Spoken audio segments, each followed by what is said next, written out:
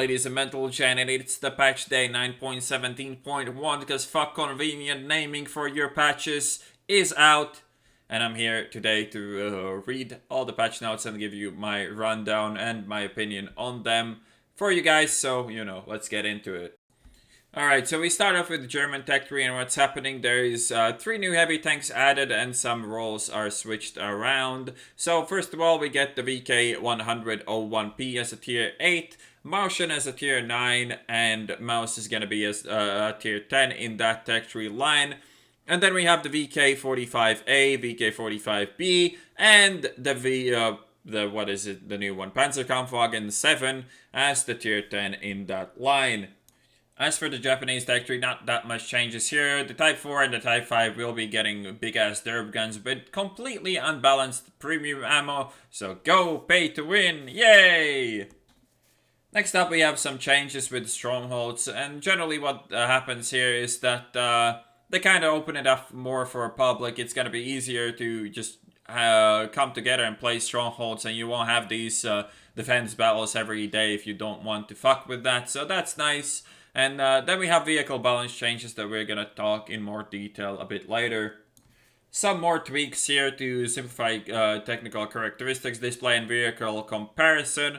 I would highly recommend you not to use any of this because generally you want to use the advanced technical characteristics display and you want to compare your vehicles on websites like tanks.gg where they actually do a good job of comparing the stuff that's important. Also, we get a change in the received damage log. Now you'll be able to see who is spamming gold at you, which can be useful. And, since there were mods like that around for a while, it kind of evens out the playing field for everybody. So, nothing to complain about there. Next up, we get a platoon spawn system. And what it's supposed to do is, spawn platoon mates closer together. And that's gotta be interesting to see on maps like Westfield, where medium tanks and heavy tanks spawn on different locations, and it's gonna be interesting to see are they gonna drag the heavies down the hill or are they gonna drag the mediums up the hill, because mediums are extremely powerful up the hill and the heavy tanks are extremely useless into the valley. So it's gonna be interesting to see how they balance that. Some more UI tweaks when it comes to filtering your tanks and searching for tanks, which is always nice. And also you can now make mod audio files into the game, so you can make your great Russian gun sound like a fart if you want to, which is great. And also there is new mini maps reworked in that new quality, which I'm not even gonna bother to cover here. Anyways, let's move along to the vehicle balance. Alright, let's start with the big one. So finally the fucking T110 E5 is being fixed after they accidentally buffed it more than a year ago. So good job Wargaming, almost on point there. But yeah, finally it's getting the cupola nerfed and the the lower plate just not being retarded, where you just bounce shots you should never fucking bounce in angles you should never fucking bounce them in. So that is great. Also, the Gorilla is getting nerfed, which you could see coming. The problem with the Gorilla is exactly what they're mentioning here, that the Gorilla was kind of playing like a medium tank with a 750 gun. It was really unfair on a lot of maps where it could just absolutely shit on tanks that it shouldn't be able to shit on, especially with these like Gorilla platoons that can take really early advantageous positions and just one-shot a tier 8 medium without it being able to do anything about it or, have any defense against it. So that is a change that was needed. Let's see how bad it turns out for the Gorilla when the patch actually hits live. T-3485M apparently is being buffed, but nobody really gives a shit. Centurions are getting improved mobility, which is nice. I don't really like Centurions and how they look, but they are absolutely abysmally bad in the game at the moment, so any buffs to them are appreciated, of course. And last but not least, Prius is getting a fucking nitrous upgrade, so it can go 50 now, which is definitely appreciated. So we'll see if that tank gets any better. Well, it's obviously going to get better, but if it's going to actually become competitive or not when, we get time to try it out. But let's move on to the changes in all the German tanks, because there's a lot of them actually. Alright, so let's start with the mouse here.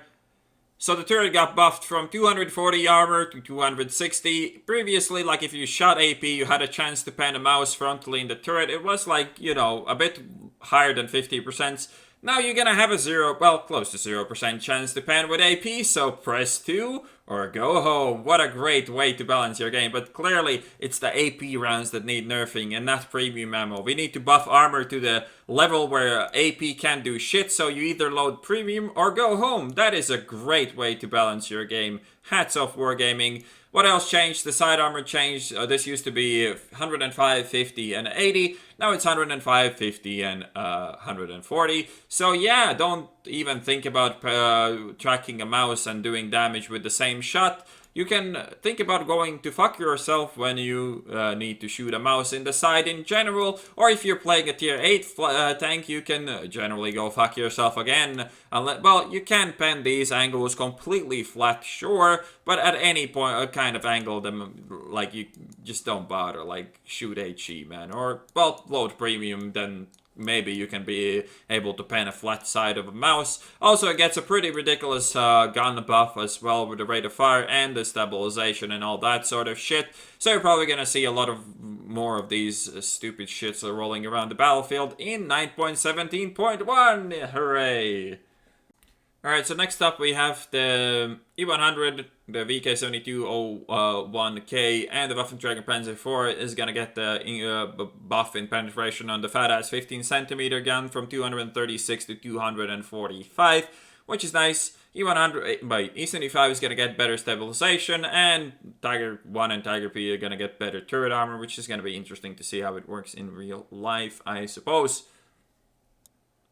Alright, next up in the idiotic change list, we have the Type 5 Heavy. Because let's remove weak spots to the level where only premium ammo can pen it. So we got rid of these shoulder plates from 210 armor to 270. So now you can angle this front however you want and nothing is really gonna pen anything here. So that's great until they start shooting premium, and then it makes no fucking difference again. But the dumbest part about this tank is the gun they gave to it. So it's a big ass HE gun. 15cm, whatever, it's from a Japanese ship or something, I don't know. But what the most retarded part about this is that you pay 1.3k credits to do 1.1k damage, or you pay 6.4k credits to do 1.4k damage, and there is actually like no downside to this premium round apart from its cost, and that is just pay to win. If the only balancing parameter to an ammunition piece is the price, then it's just pay to win, man. And that is just fucking retarded, man. Like, come on, Wargaming, you should know better than that by this point. Alright, next up, some underwhelming premiums in the German tree get some buffs. The Kruppstreifer is getting a better engine, which is nice. The Schmaltern is getting a better reload, better aiming time, and so on. The Panther M10 is getting a view range increase and a lot of gun stat increases as well. And the Panther 88 is getting a better gun mantlet. And the most important thing is that APCR pen on all the German 88s increases. So that is fucking great, man. Some more changes that I don't want to make a dedicated screen for is the Leopard prototype is getting -8 gun depression, which should put it as a contender for the best tier 9 medium tank.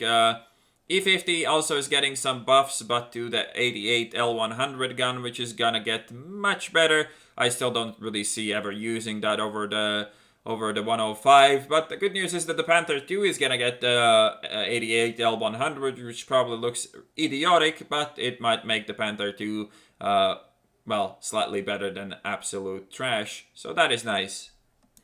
And last but not least, the American TDs, the T28, the T28 prototype, and the T95 are getting considerable speed buffs, especially the T28 prototype and the T95. Those two tanks could actually become somewhat relevant now. I don't really have high hopes for the T28 though, as it is just not very good. Still should be better now than tanks like, you know, the AC-48 and whatnot. But anyways, that is kind of all I could find on 19.70.1. If some info is wrong, I do apologize. I did only have like hour and a half to really do all the research on the final patch notes, and all the notes were structured kind of weird, so it was all over the place to look for proper info. So yeah, if I missed something, I do apologize, but I hope you guys enjoyed this video, and I'll see you on the next one.